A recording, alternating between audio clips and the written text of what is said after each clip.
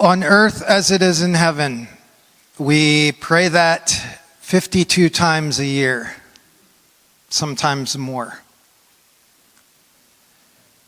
The disciples are asking Jesus, Lord, will you please teach us how to pray like you do? We see it. We see you talking to God. We see you wandering off into the woods. Teach us to talk to God like that. And what does Jesus tell them to ask? That it would be on earth as it is in heaven. Present tense, not future tense. That it would be on earth as it is in heaven. I want to begin today by saying that this sermon will be different than what you're usually used to hearing from me. And if you're here today and you're new, please don't let the sermon define your experience here. You just happen to come to the week where we're concluding our series about the economy. Not the economy that we have, but the economy that we want, the economy that God wants on earth as it is in heaven. We've been primarily looking at the book of Acts during this series, and if you haven't heard the 3 messages prior to this one, this really isn't going to make any sense. You can get on our YouTube page sometime this week and watch the other 3, and then I'll leave you with this one in your mind today. I would also be completely insane this morning if I weren't to acknowledge that we are all living in the backyard of the federal government. And it's been shut down for 3 weeks. More than a few of us here are working without pay. We worked without pay this week. Others of us, almost all of DC really, works in industries that are directly tied to federal funding. And that's not working right now either. Even if you don't work for the government, you might still be one of those people that have been living paycheck to paycheck for a long time. You've needed new tires on your vehicle for months. You've put the duct tape over the engine light. It's a difficult time to talk about money, but honestly, this morning, as a fellow human being, when is it not difficult to talk about money? Right? Please know that I know what we're going through as a community in our daily lives. This isn't to be obtuse about that. But when I look at our community, both collectively and individually, I see people who just keep going. I see people of hope. I see people who see a challenge ahead and they say, okay, let's go. What's next? Let's do it. And I love that about our community. I see people who aren't a part of this community simply for themselves, but people who also make room for others. Months ago, someone in our community lost their job that they had been working at for almost 10 years. A single mother. Her savings ran out, her rent came due, her child was asking questions that she couldn't answer, and she felt deeply ashamed about this. So she came to meet with me privately on a Thursday. I listened to her story, and then I didn't tell you her name, but then I turned around and sent all of you an email telling you what was going on with her.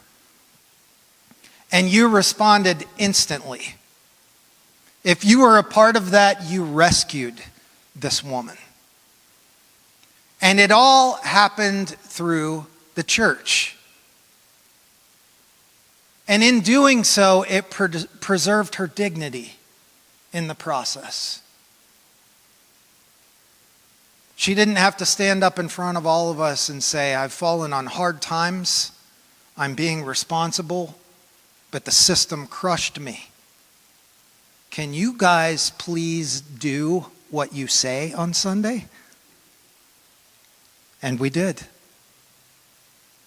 She found a job 3 weeks later that someone in our community also assisted her in finding.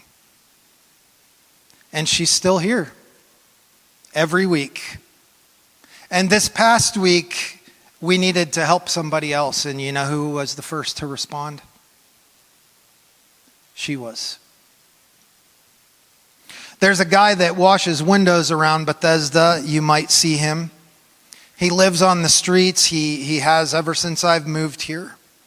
That's how he makes ends meet, to eat, to buy clothes, to take care of himself, and to buy gifts for his granddaughter from time to time. And we let him store his equipment here. Right outside these doors, you walk onto a staircase, and underneath that staircase is a maintenance closet with a lock on it. And that is his business there. That is his livelihood. That is what keeps him alive. Did we solve homelessness for everyone in the DMV? No. Did we fix his entire life? Absolutely not. That will take some more work. But we are making it possible for him to maintain dignity and to do his work. Last Saturday, some brave souls showed up and cleaned up all the leaves on our lawn and the house next door. And they had a really good time. I was kind of mad because I had to write my sermon and I wanted to go out and play with them. I couldn't do it. But they just showed up and they did it. A community of our size, you know what it costs to have the lawn cleared by a professional? At the very cheapest, about $1,100. And they came and they did it for free. What is this? What the heck are we doing here? All of those things are just as much church as lifting our hands in worship and singing hymns to God. The book of James says that true worship is this: to care for orphans and widows. These are just a few stories, and I have so many I could stand here for hours and tell you about them. Even stories about my own life, about the ways that this church has changed my own life. And you might be thinking this morning, great stories, Pastor Ryan. I feel warm, I feel fuzzy, I feel encouraged. But what's the difference in that and any other secular organization in the world? This is just humanism, and you're slapping Jesus on it. What about Jesus? Does anyone ever find Jesus in this place? I get asked this all the time. Sure they do. But you're not going to find Jesus by coming in and me leading you through a prescribed prayer or through some honored ritual. You meet Jesus by participating in what he called the body of Christ, the church. If you're looking for Jesus, he's sitting right next to you. A piece of him is sitting right next to you. We get to know Jesus by how the Christ works through each one of us. One to another, as a community to another community, and as a community inside of our city. None of these stories occur because we have a giant budget or fancy programming. But all of them require this place to exist in order to occur.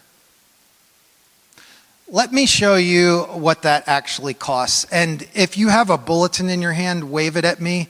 If you didn't get one, raise your hand and we'll find one. I want everybody to have a piece of paper. All right.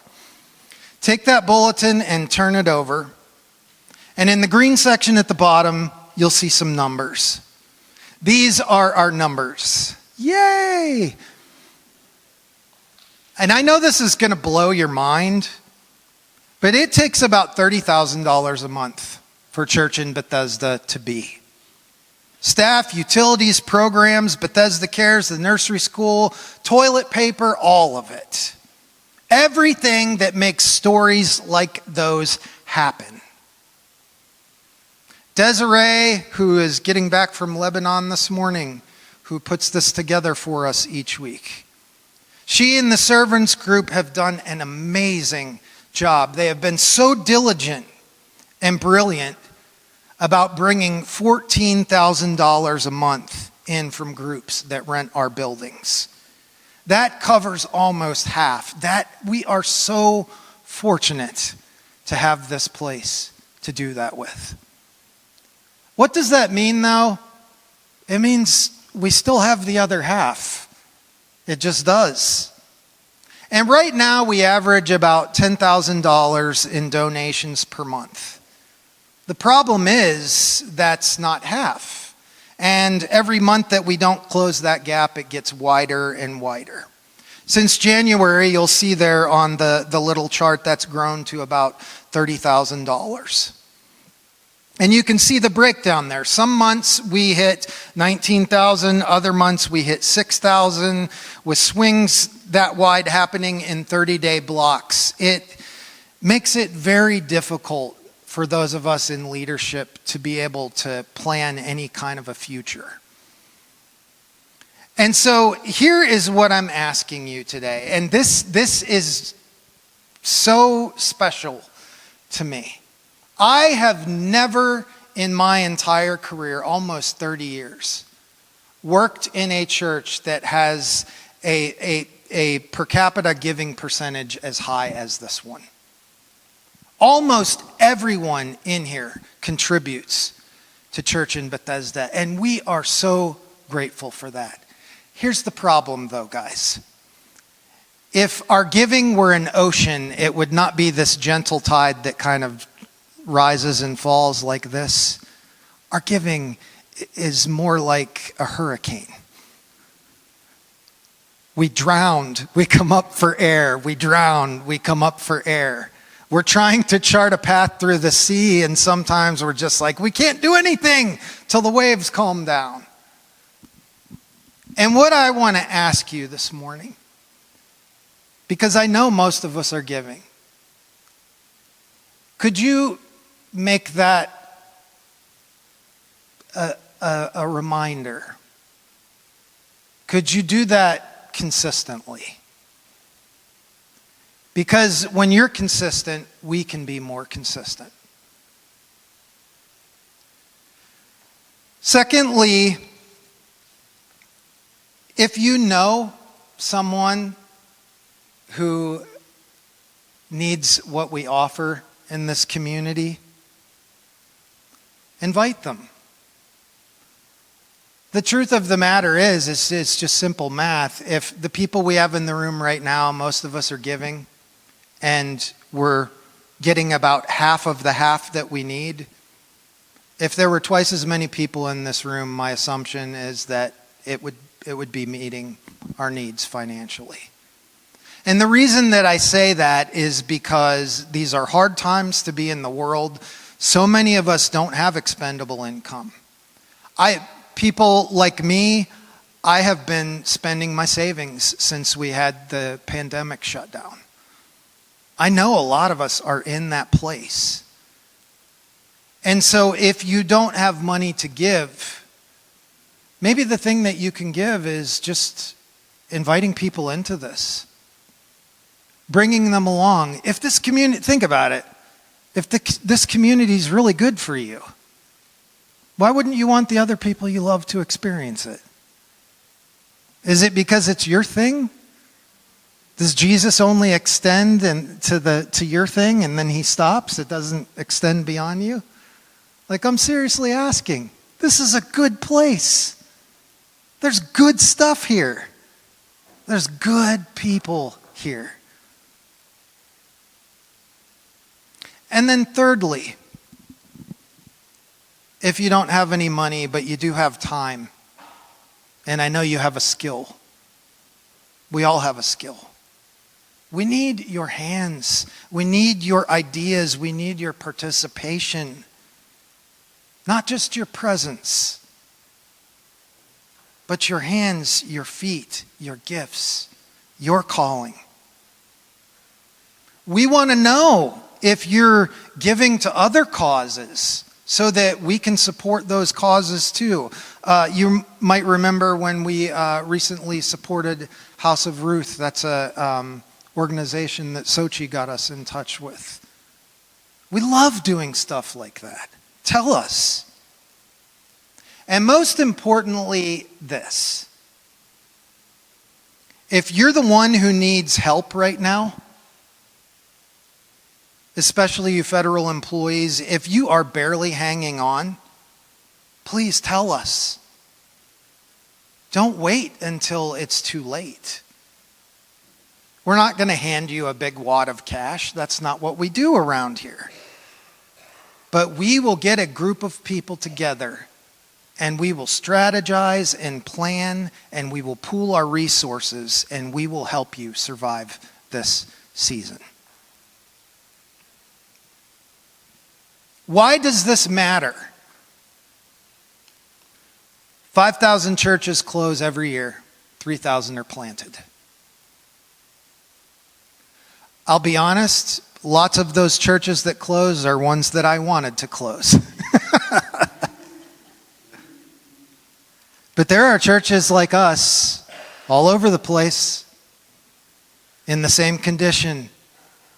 And gosh, guys, more than any other time that I've been alive and the landscape we're living in, I can't think of a better time to have more churches like ours in this world. I said in week 1 that the problem with our economy isn't what we believe about money. It's what we believe about people. Jesus said, where your treasure is, there your heart will be also. What does that really mean? It means your money guides your heart. That's where it rests. What we do with our money affects our hearts. And all that I'm asking you to consider this morning, if you're already giving, maybe God's leading you to see those numbers and say, this place means a lot to me. I can do more. If you can't, join us in this with your participation. We have good, fun, life-giving things happening here all the time. And we would love to connect to you. It's what we believe about people. What about people? Do you think they're worth it? Guess what? Somebody thought you were. 3 weeks ago, I said I wanted to get in your face and wreck how you see money and work and human worth, and I hope that I've done that. And if I did, and you can't go back to pretending you don't see what you see now, then really come into this. Do it for that person that's going to lose their job next year. You really think all the firings are over? We still got years. Do it for the single mom who got injured at work. Do it for the shut-in who wants nothing more than to be here on Sundays, but their physical bodies will not allow them. And they just want someone, anyone, to just stop by and have tea with them for 20 minutes a week.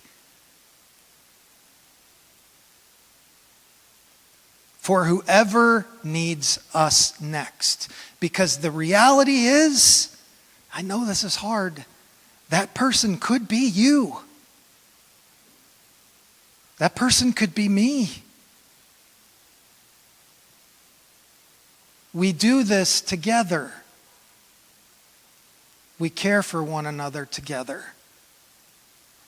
God's economy, where everyone's needs matter equally, so that no one falls through the cracks. That's the community we're trying to build here. Who's got the time? Oh, thank you. Can you let me tell one quick story? My deep and distant past, I have hated church for more of my life than I have loved it. I avoided it for longer in my life than I've participated in it. It feels like, and my father's a pastor, so your religious trauma does not even compare to mine. You want to know what I'm learning from my dad right now, though? The older my dad gets, the more quiet he gets. I can't really get his opinion about much of anything anymore. I always used to be able to, and it's not that he's reluctant to give it. What I see going on in him is that he's realizing how much our opinions are hurting the world right now. And I was in Somerset, Pennsylvania, a month or so back, and I met my parents for breakfast at a restaurant there. And this is back when it was still really, really hot. And there was an aged couple, I would say north of 80, if not in their 90s, that were finishing up their meal at the same time that we were. And they were going out to their car the same time that we were. And I, the bleeding heart, blue as ever liberal who cares about social justice and seeing people that are overlooked, I didn't say it to them, but I was feeling impatient about them. We were behind them, behind the door, and she had a walker, and it was taking so long. And my inner response is just, oh, why would you go out to eat? Like, just eat at home. And like, really, your pastor's thinking this, and that's terrible. And I'm just having this impatient inner dialogue with myself. And while I'm doing that, I'm standing there in the raging. My dad just quietly walks around me and gets the door for them. And then he gets the next door for them. And then they got out on the patio area and had to go down some steps, and it was 100 degrees. And my dad grabbed the lady's arm and said, "Ma'am, can I help you get to your car?" He said, "Sir, give me your keys. I'll go start it for you so you don't have to be out in the heat." That's how I hope I end up. Being like that to people. And you know what? My father and I, when it comes to the Bible and spiritual things, we agree on almost nothing. In fact, we have a long history of fights behind us about theology. Just deep, deep, deep theological differences.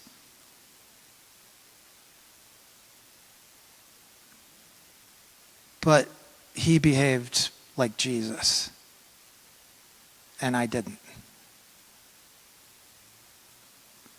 And so whatever you bring into this room this morning, each of you has brought a church experience here with you. This is the United States of America. We've all been Christian at least once. Remember that everything that's got you to this point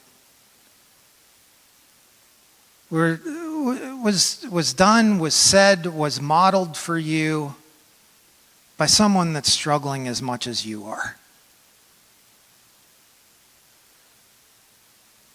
The older I get, the more merciful I get about my father's opinions. And I think it's because under all of the I can't even start or it'll just pour forth. Underneath all of the stuff that I struggle with, that my dad believes, who he was at that restaurant is actually years and years of Jesus working in his life. And all he did was say yes to it. That's the type of place we are trying to build here. We're not trying to make a show. We're not trying to impress anyone. And we're certainly not trying to comfort everyone. We're just trying to be good people in this world, following the teachings of Jesus Christ. So that's all I have to say. We'll talk about how you can contribute in a few minutes, but you've heard me banter on about it enough. Thank you for listening. Next week we can go back to Ryan's funny jokes and a weird blend of science and theology, okay?